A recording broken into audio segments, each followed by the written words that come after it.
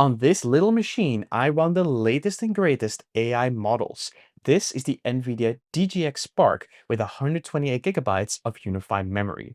And I use it to run the latest Qwen models to do local AI coding. I run models with over 100 billion parameters to do some serious AI work. And all of this was impossible on local hardware just a few years ago. By watching this full video, you get to learn how to get the most out of a mini supercomputer like this. Plus, I'll show you my full local Claude Code workflow. So let's first have a look at the chassis of this beast, and it is quite a nice form factor. I was afraid that this box would actually be throttled because I had some assumption that it was passively cooled, because it's sort of like a system on a chip machine. However, that's not the case, and if we look at the bottom here, you can actually see that there's an air outtake. So there is a little fan that's running to keep this machine relatively cool when you're utilizing all of its AI power. The delivery of power to the machine actually goes through a USB-C cable. So you can deliver up to 250 watts directly into this machine through a pretty bulky power adapter. This is the power adapter for the DGX Spark, and of course, when we put it on top of the machine, it's relatively huge, right? It takes up quite a lot of space compared to the block itself. Now, I think it's incredibly cool that we can actually deliver up to 250 watts of USB-C power straight to a device like this through a simple USB cable. But you can actually use a weaker adapter if you want to take this box with you on some travels, but do of course take into consideration that this will impact the maximum amount of performance you can get out of this machine. We also have some USB-C ports for, peripheral convenience. Next to that, we have an HDMI cable, and I actually do not use this HDMI port. Traditionally, this is just where I would connect my computer to a monitor. I actually use it in the background. I connect to it over my other laptops like my MacBook and run AI models through LM Studio remotely. So now let's finally log into the machine, get those AI models running, and I can show you my full workflow.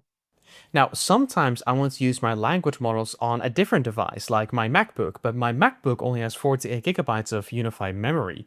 So I sometimes want to use the language models that are available on my DGX Spark because they can be bigger and have a larger context window size. For that, I use LM Studio because with LM Studio, I can set up LM Link. And this allows me to use local AI as if it's running on this MacBook device, even though actually it's running on the Spark. You can see here that I have a number of models loaded on the remote device, like Qwen 3 Coder. I've got a 122 billion parameter Qwen model and some of Google's models. And even though I've already loaded in the Qwen Coder model because I was just doing some coding work on the Spark, because it's got so much memory, I can just as well load this alongside it. I can simply go to my chats and then I can select the model to load. And you can see now that this one's already loaded in. I can go ahead and load in this one. You can see here based on this icon that it's actually on that remote device. And then I can go ahead and click into it. I can set up my context length. So for example, we can set it to 16K. And then I can just go ahead and load the model like so. And now once it's loaded in, I can go ahead and create a new chat. I can say hi, and then you'll see that it's actually starting to think immediately. Now, the amount of tokens generated per second, pretty fast considering that we have such a large model that we're running here. But as always, I like to show the reality of working with these local AI models, and the inference speed does get slower as the context window increases in size. For example, let's ask it to generate a maze puzzle Python script, just to fill up the context window a little bit. And as we generate this output, the amount of tokens per second stays relatively stable, but I've also not generated that many tokens. So I'm just going to go ahead and copy paste this output a couple of times over here. And then once I submit this, you will actually see that I'm filling up that context window size, right? So now I've loaded up 60% of the context window. And now it actually takes a while for the prompt itself to be processed before the model even starts responding. That being said though, the point of this was just to illustrate how easy it is to use these local AI models, even on a different device, using all of these cool methods like LM-Link.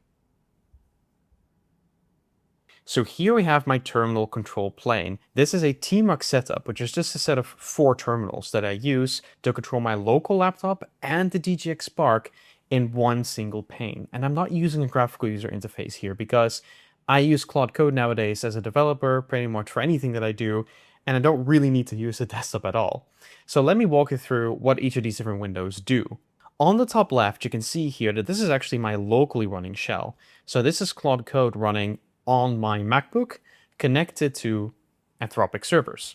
So if I type in hi here, of course, this is actually just going to send the request to Opus 5 on the Anthropic side. On the top right, you can see here that this is an SSH connection, and this is actually connected to my DGX Spark as well, because sometimes it is nice to be able to use cloud models. They are state-of-the-art, they are generally faster when you're working with a lot of context, so that's why I have Claude Code installed here.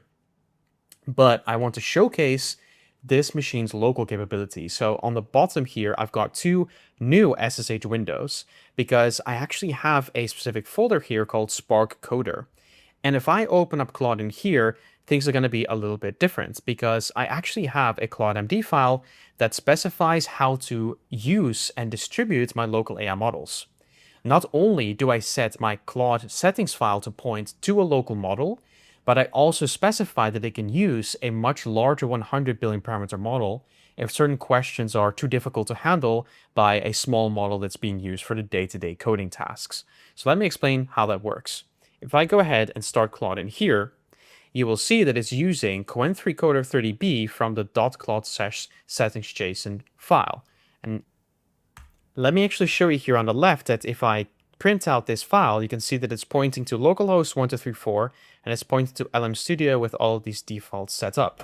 You can actually find the agentic config that I use in this video in the link in the description below. So if I go ahead and type hi here, and this took a little while because it has to load in a model, which is just a one-time operation, but also Claude Code is a pretty extensive system prompt, and I'm actually using over 32,000 tokens already just by starting the session itself.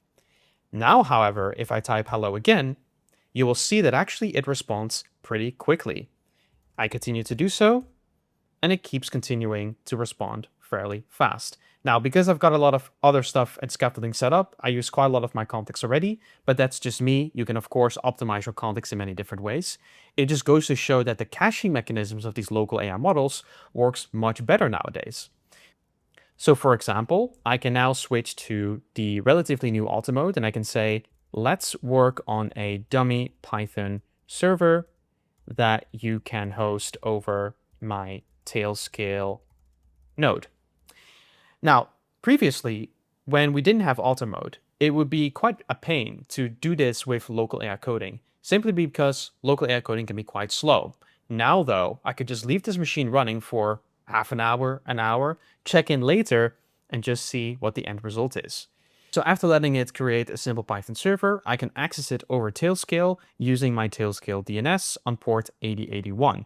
And this just goes to show how easy it is to connect to these web services that are not even on my device because I've connected this Spark device through my Tailscale network. Now, actually, when I was creating this server, it ran into an issue where it found that port 8080 was already taken. I have an open web UI server that's running whenever this machine starts up, so I can chat with AI outside of LM Studio as well. And this local AI model was actually able to find that port conflict and fix it itself. I find that these models are getting more competent, and while they definitely don't have the intelligence of the latest Anthropic model, because you have an unlimited token budget, these models can just repair any mistakes they make as long as you just wait it out and put them into, for example, Claude Code's auto mode.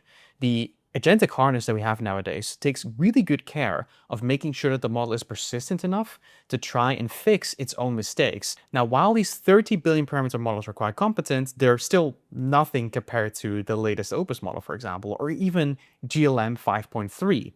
But I cannot run the absolute best local AI coding model. So how do I find a compromise here?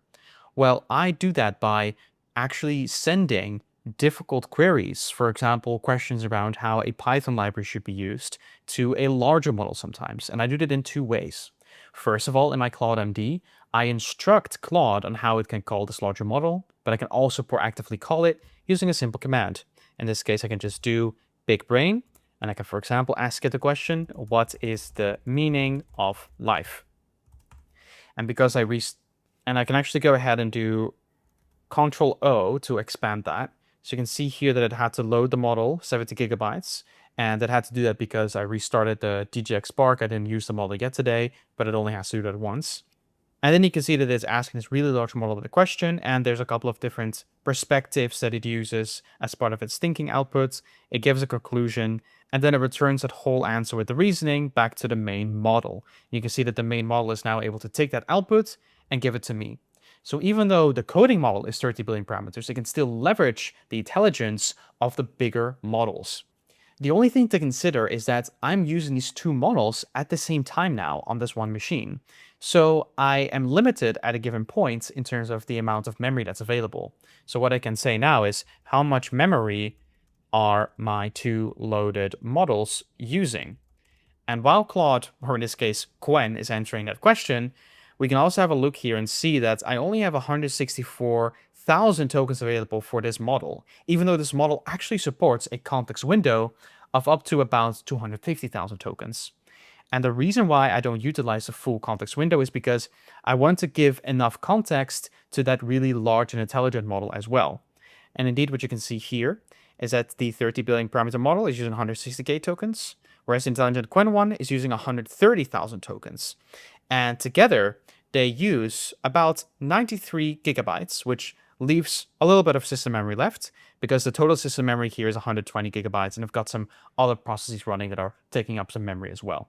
Now, one honest limitation that you get when you're running these two models side by side is that you cannot really run them in parallel that much, because eventually you're just constrained by the fact that, your box has limited compute. I only have one DGX Spark. Whereas if you use Claude Code, you can of course spawn different sub-agents, and those can all work in parallel because they're not working on one machine. They're just distributed among multiple GPUs on some server that Anthropic owns. So while you can use sub-agents, they won't necessarily work in parallel or be as fast as using Claude Code on its own. Again, though, if you're patient enough, then this doesn't really matter because the requests that do end up being queued will just be batched and processed later on. So as long as you're patient, you can use sub-agents, you can fan out work as much as you want. You just have to be careful that you don't do it too much and end up having to wait 20 hours to get your response back. I wanted to talk a little bit about the point of local AI, because cloud AI is often faster and more capable. So what's the point? Well, there's a couple of reasons. First of all, local AI is sovereign. You fully own the model. Second of all, it's free once you pay for the electricity and you have the hardware. And of course, the patience to let all the tokens generate. But lastly, it's really good for your career. If you are aiming to become an AI engineer or you want to grow to a senior one, understanding local AI and how to host LLMs at scale can be super beneficial and can make you stand out. If you want to work together with me to become a super competent high-paid AI engineer, then check out my program in the link in the description below. One of the things you want to set up correctly when you have a machine like this is how do you connect to it safely? Well, by default, you can connect to it over the same Wi-Fi that you set up your local machine with. But if you're using this inside of an office or maybe a shared flat, then it feels a bit dangerous. Anyone that's on the Wi-Fi network and knows your SSH password could get into the machine. You probably want something safer, like Tailscale. With Tailscale, you own your own little network, the Tailnet. And you can put your machine on the Tailscale network, and then you can access it only when you're authorized over Tailscale. And your Tailscale login can be protected in many different ways, like with two-factor authentication.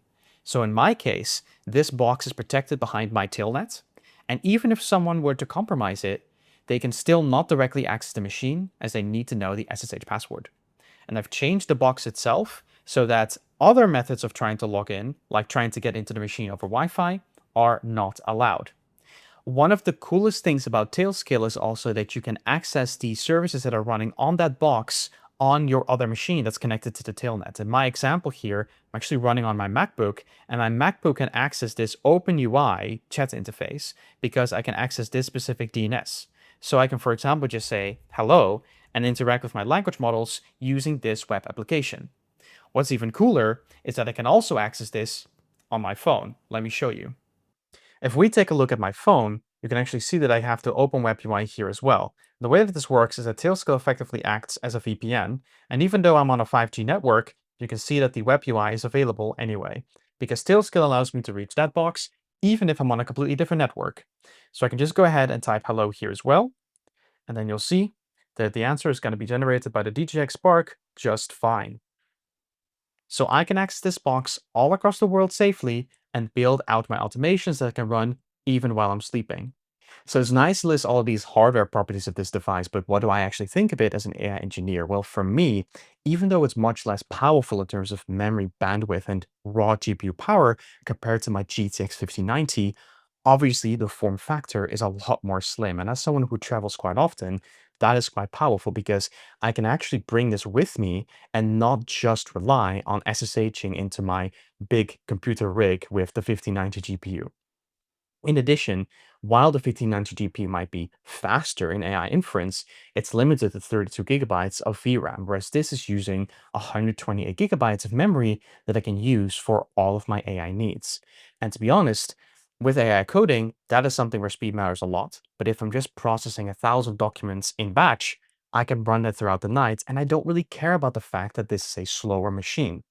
Now, when it comes to pricing, this machine is actually relatively a little bit expensive compared to perhaps AMD Strix or some options that you can assemble yourself, or even something like a MacBook Pro when you're looking at just inference, when you're looking at just running AI models. However, because this is, of course, an NVIDIA device, you get to use the entire CUDA suite to not only fine-tune models, but perhaps even train some smaller language models or other AI models completely from scratch. And that is, of course, a great way to actually upskill as an AI engineer and to even become a machine learning engineer who knows how to build and train models from scratch. So, in that sense, I think this is an extremely powerful device if you take the time to learn how to really use AI across the entire stack. Now, there was one thing about this box that annoyed me quite a bit when I was setting it up initially. You see, I plugged in a USB-C cable, I turned on the box, and then nothing seemed to happen. The fan didn't kick in because it only starts kicking in when you're running heavy AI workloads. And in addition, there is no light here anywhere. There's no LED indicator that actually shows you that the machine is running. I had to basically hold my ear up to the machine to hear the fan running at like 2% speed. And I even had to sort of listen to the AC adapter to get a feeling for the device actually being on. And I think it could have just been solved with a simple LED indicator light. So it would be great to see that next time. Oh, and if you enjoyed this video and you want to work directly with me, then check out my program in the link in the description below.